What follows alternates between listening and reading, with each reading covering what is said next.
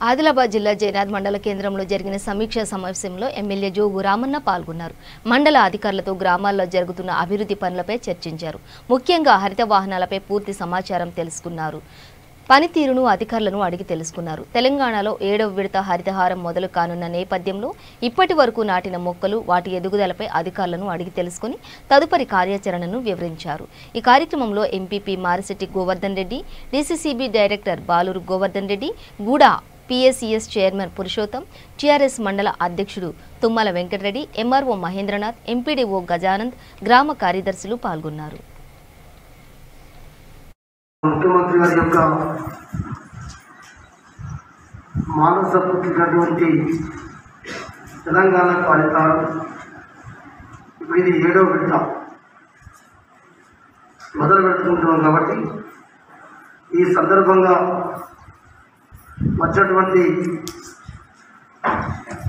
మండల స్థాయిలో ఉన్నటువంటి ఎంపీపీ గారు, జడ్పీటీసీ గారు, మన జైనత్ సింగల్ అధ్యక్షులు, అట్లనే మన చంద్రయ్య గారు, ఎంపీటీఓ గారు, మన డైరెక్టర్ పురుషోత్తం గారు,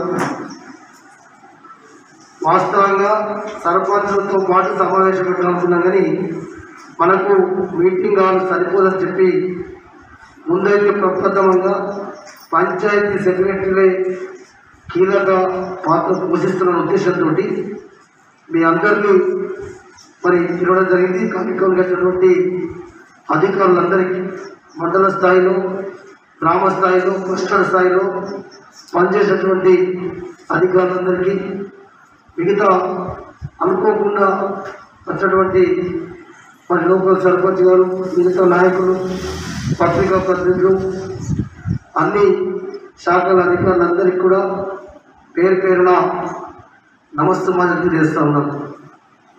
మరి ఇప్పుడే మన ఎంపీడీఓ గారు చెప్పినట్టు నేను ఒకటే, ఎందుకంటే పే అండ్ ప్లాన్గా మనకు కాకి లెక్కలు